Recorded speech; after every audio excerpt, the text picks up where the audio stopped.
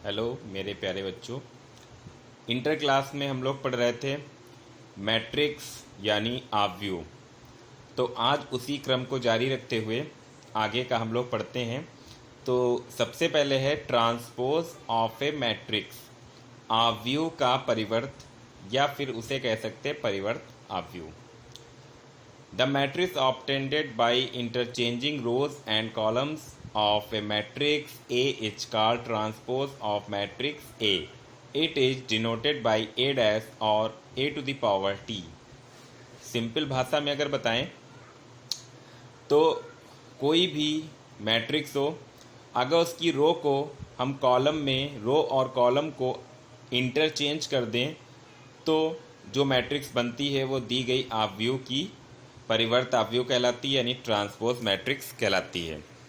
तो जैसे matrix A equal पहले कॉलम में 2 - 3 3, दूसरे कॉलम में 1 0 4, ये होते हैं कॉलम। मैंने आपको पहले भी बताया था, ठीक। जो वर्टिकल होते हैं कॉलम होते हैं, जो हॉरिजेंटल होती है वो रोज होती हैं, ठीक। तो इसका ट्रांसपोज यानी ये ए मैट्रिक्स है तो ट्रांसपोज क्या हो जाएगी, ए डैश। तो ए डैश क्या हो जाएगा, तो पहला कॉलम क्या है हमारा 2 - 3 3, तो पहला कॉलम पहली रो में बदल जाएगा और दूसरा कॉलम है 1 0 4, ये हमारे दूसरे रो में बदल जाएगा। यानी पहले कॉलम को पहली रो बना दी, दूसरे कॉलम को दूसरी रो बना दी, यानी रो और कॉलम को हमने आपस में इंटरचेंज कर दिया। तो ए का हमें परिवर्त आव्यूह यानी ट्रांसपोज मैट्रिक्स मिल गई। तो सिंपल सा है, रो को सारी रो को, ये ध्यान रहे, ये नहीं कि पहली रो को पहला कॉलम बना दिया, सारी रो को सारे कॉलम वाइज हम लिख दें तो वो हमारा ट्रांसपोज मैट्रिक्स यानी परिवर्त आव्यूह कहलाएगा। और वो दिए गए आव्यूह का होगा, इसलिए उसके डैश से डिनोट करेंगे। एक चीज़ और ध्यान रखें, इनके क्रम पलट जाते हैं। जैसे सपोज करें कि आपसे कह दिया कि एक मैट्रिक्स है जिसका ऑर्डर है 3×2, तो उसके ट्रांसपोज मैट्रिक्स का ऑर्डर क्या होगा, तो क्या हो जाएगा 2×3, ठीक, जैसे ये क्वेश्चन दिया गया है, ठीक। चलिए आगे देखते हैं। तो कुछ इससे संबंधित तथ्य हैं जिनको हम ध्यान रख लें, नोट कर लें। तो ए डैश का होल डैश इक्वल ए, यानी अगर ए डैश है उसका फिर से हम डैश निकालें, यानी ए डैश का ट्रांसपोज मैट्रिक्स, तो वो जो हमें सबसे पहले मैट्रिक्स दी थी वही मिलेगी। तो ए डैश का होल डैश इक्वल ए के ही इक्वल हमें मिलता है। दूसरी कंडीशन, ए बी का whole dash equal B dash into A dash हमेशा होता है, लेकिन कब, जब ए और बी दोनों सेम ऑर्डर की स्क्वायर मैट्रिक्स हों। यानी ए बी का whole dash equal B dash into A dash तब होगा जब ए और बी सेम ऑर्डर की स्क्वायर मैट्रिक्स हों, ठीक। चलिए नेक्स्ट देखते हैं। नेक्स्ट है सिमेट्रिक मैट्रिक्स यानी सममित आव्यूह।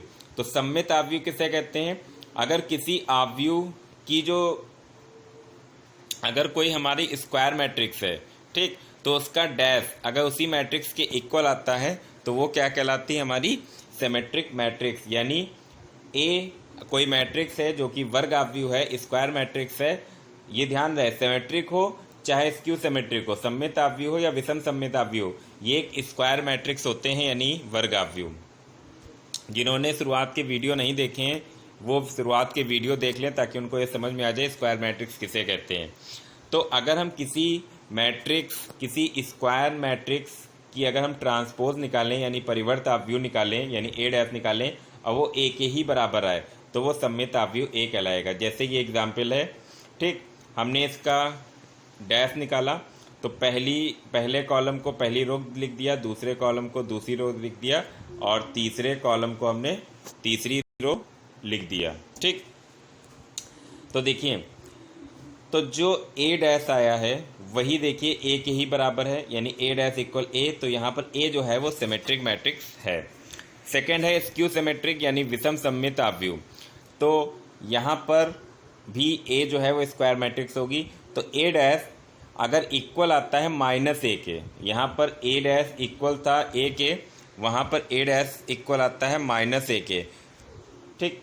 तो ए डैश इक्वल -a, तो ए जो है वो स्क्यू सिमेट्रिक यानी विषम सममित आव्यूह होगा। जैसे ए इक्वल, ये एग्जाम्पल दिया गया है, हमने डैश निकाला यानी पहली रो को पहला कॉलम, दूसरी रो को दूसरा कॉलम, तीसरी रो को तीसरा कॉलम लिख दिया और उसके बाद हमने सबसे माइनस कॉमन ले लिया। माइनस कॉमन लेने का रूल वही है, माइनस कॉमन लेंगे तो सभी के अंदर के एलिमेंट के साइन चेंज हो जाएंगे। तो देखिए ये पूरी वैल्यू किसके इक्वल आ रही, ए के, तो ए डैश किसके इक्वल है, माइनस ए के। तो यहाँ पर ए जो है वो हमारा कैसा हो जाएगा, स्क्यू सिमेट्रिक्स।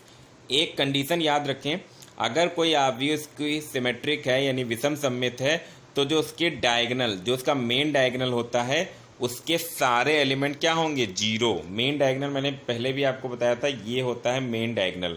तो देखिए मेन डायगोनल के यानी मुख्य विकर्ण के सभी अवयव क्या हैं, जीरो, तभी ये जो है वो स्क्यू सिमेट्रिक हो सकता है, ध्यान रखें। चलिए आगे देखते हैं, अब क्वेश्चन की तरफ बढ़ते हैं।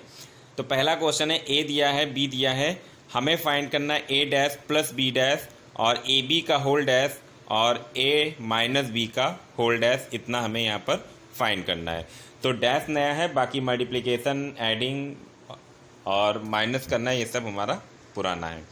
तो सबसे पहले हम लोगों ने क्या किया, हम लोगों ने ए डैश निकाल लिया, यानी जो ए था उसकी पहली रो को पहला कॉलम, दूसरी रो को दूसरा कॉलम, तीसरी रो को तीसरा कॉलम। इसी तरह से बी डैश निकाल लिया, जो ए डैश आया और बी डैश आया उनको हमने ऐड कर दिया।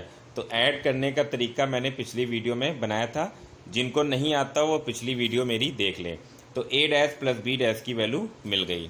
उसके बाद ए बी का होल डैश, तो यहाँ पर क्या करना है, ए और बी का मल्टीप्लिकेशन करना है। मैंने बताया था अगर ए और बी सेम ऑर्डर की स्क्वायर मैट्रिक्स हो यानी समान क्रम के वर्ग आव्यूह हो तो उनका गुणनफल होता है। तो हमें चेक नहीं करना है, सीधे गुणा करना है। जिनको गुणा नहीं आता हो, मल्टीप्लिकेशन करना नहीं आता हो, वो मेरी पिछली वीडियो देख लें, उसमें मैंने मल्टीप्लिकेशन विस्तार से बताया हुआ है। तो चलिए, तो ए और बी की हम लोगों ने मल्टीप्लाई कर ली। मल्टीप्लाई कैसे करते हैं,